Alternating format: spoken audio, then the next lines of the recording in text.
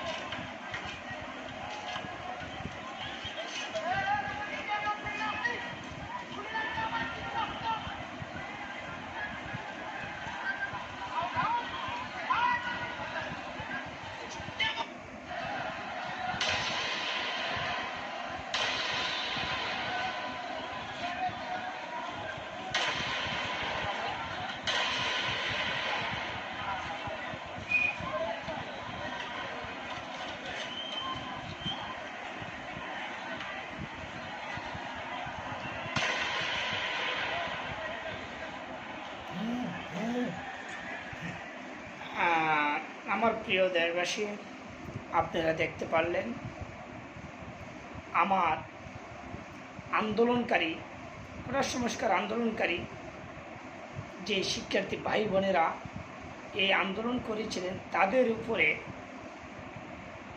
কিভাবে অমানবিক নির্যাতন চালাচ্ছে। আজ দেশের একজন রাষ্ট্রপ্রধান যদি তার প্রশাসন লেলিয়ে দেয় সাধারণ শিক্ষার্থীদের প্রতি, তাইলে আমার দেশের জনগণ কোথায় যাবে এবং আমার দেশের আগামীর ভবিষ্যৎ কি হবে? আজ অনেক দুঃখের মাঝে এই কথাগুলি আজ বলতে হইতেছে। পুলিশ প্রশাসন আওয়ামী লীগের গোলামি করছেন, বিজিবি আওয়ামী লীগের গোলামি করছেন, ল্যাব বাহিনী আওয়ামী লীগের গোলামি করছেন। আজ বাংলাদেশের জনগণের আস্থার প্রতীক ছিলেন সেনাবাহিনী, সকলের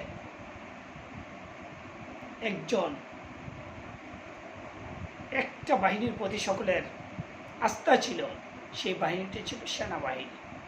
সেই সেনাবাহিনীও আজ দেখা যায় একটা দলীয়করণ হয়ে গেছে, একটি দলের গোলাম হয়ে গেছে।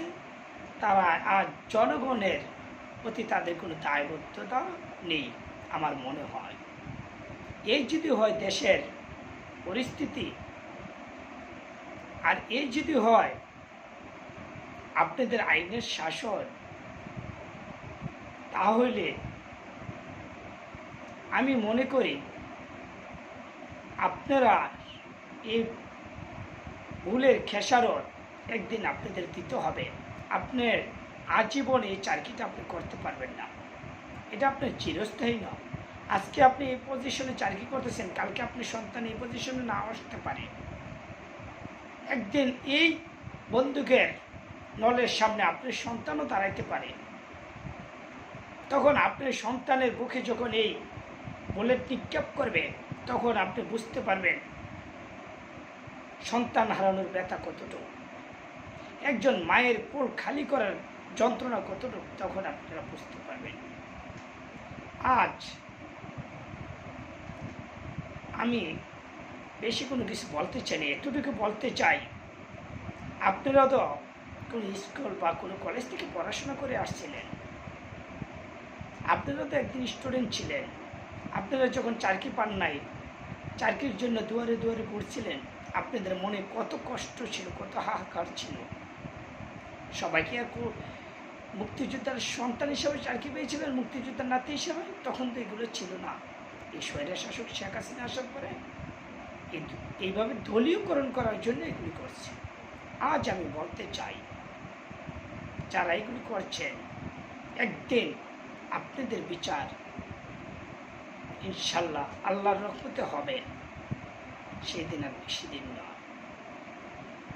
সেনাবাহিনীকে আমি বলতে চাই, এখনো সচেতন হন, এখনো সচেতন হন, আপনাদের জন্য ভালো হবে। আপনারা এই মুহূর্তে যদি আপনাদের বিশ্বাস অর্জন টিকিয়ে রাখতে চান, তাহলে জনগণের পাশে এসে দাঁড়ান। আপনারা একটা জরুরি অবস্থা জারি করে আপনাদের হাতে ক্ষমতাটা নিয়ে যান, তাইলে বাংলাদেশের জনগণ আপনাদেরকে সেলুট দেবে। আর না হলে আপনাদের প্রতি ধিক্কার জানাবে বাংলাদেশের জনগণ। এবং আমি বলতে চাই, বিভিন্ন আওয়ামী লীগের চাটুকার দালাল যারা বলে, এবং সিলেটের একজন বগা আছে, তার নাম নাকি ব্যারিস্টার নে বেরাস, জানি না, না বরাক বাস সমন, ব্যারিস্টার বরাক বাস সমন। তোমাকে আমি বলতে চাই, তুমি বলো মিরপুরবাসী 10 বছর কান্না করেও, আজীবন কান্না করে এই ক্ষতির নাকি শেষ করতে পারবে না। আরে সুমন, তোমাকে আমি বলতে চাই, এরকম মেট্রোরেল 50টা আমরা বানাই দিতে পারবো বাংলার জনগণ। আজ যে মায়ের বুক তোমরা খালি করেছ, একটি সন্তান তোমরা ফিরিয়ে দাও তো আমি দেখতে চাই তোমাদের কত দুঃখে নাও। একটি মায়ের কোলে একটি সন্তান ফিরিয়ে দাও তোমরা। এই কোটা সংস্কার আন্দোলনের, চুক্তি আন্দোলনের দাবিটা তোমরা মেনে নিতে পারো নাই। দালালি বন্ধ করো তোমরা। সুমনকে আমি বলতে চাই, দালালি বন্ধ করো বেটা, এইসব দালালি বন্ধ করে ভালো হ। তোর কপালে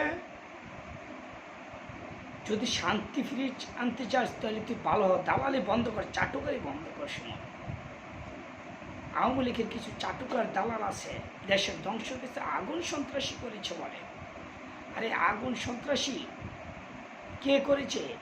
আমার মনে হয় এই আগুন সন্ত্রাসী যারা করছে, এগুলো আওয়ামী লীগের লোকজন বিভিন্ন জায়গায় আগুন দিয়েছে, আগুন দিয়ে বিএনপি জামাতকে ফাঁসানোর জন্য। কথায় কথায় খালি বিএনপি জামাত, জানো, এগুলি বন্ধ করো। আজ একটি মায়ের কোলে একটি সন্তান তোমরা ফিরিয়ে দিতে পারবে? মেট্রোরেল 50টা বানানো যাবে, একটি সন্তান ফিরিয়ে দেওয়া যাবে না। একটি সন্তানের কাছে একজন তার পিতাকে ফিরিয়ে দেওয়া যাবে না, তার বাবাকে ফিরিয়ে দেওয়া যাবে না। একজন মাকে একজন সন্তানের কাছে তোমরা ফিরিয়ে দিতে পারবে না, একজন মায়ের কাছে একটি সন্তান ফিরিয়ে দিতে পারবে না। অনেক আমার ভাই বোনকে তোমরা হত্যা করেছ। এমন আমার বোনের আছে, তাদের 3 বছরে 2 বছরে 6 মাসের বাচ্চা শিশু রেখে সে মৃত্যুবরণ করেছে, শহীদ হয়েছে। তাদের কি অপরাধ ছিল? হাজার হাজার মানুষকে মেরে গুম করে ফেলেছে। আজ ঘাতক শেখ মুজিবের কন্যা শেখ হাসিনা, তিনি মায়া কান্না করছেন, ওনার মেট্রোরেল পড়ে গেছে। তিনি বলেন তার থেকে নাকি বেশি কেউ জানে না স্বজন হারানোর ব্যথা। আজ তিনি হাজার হাজার মানুষকে তিনি হত্যা করছেন। ডাইনি শেখ হাসিনা।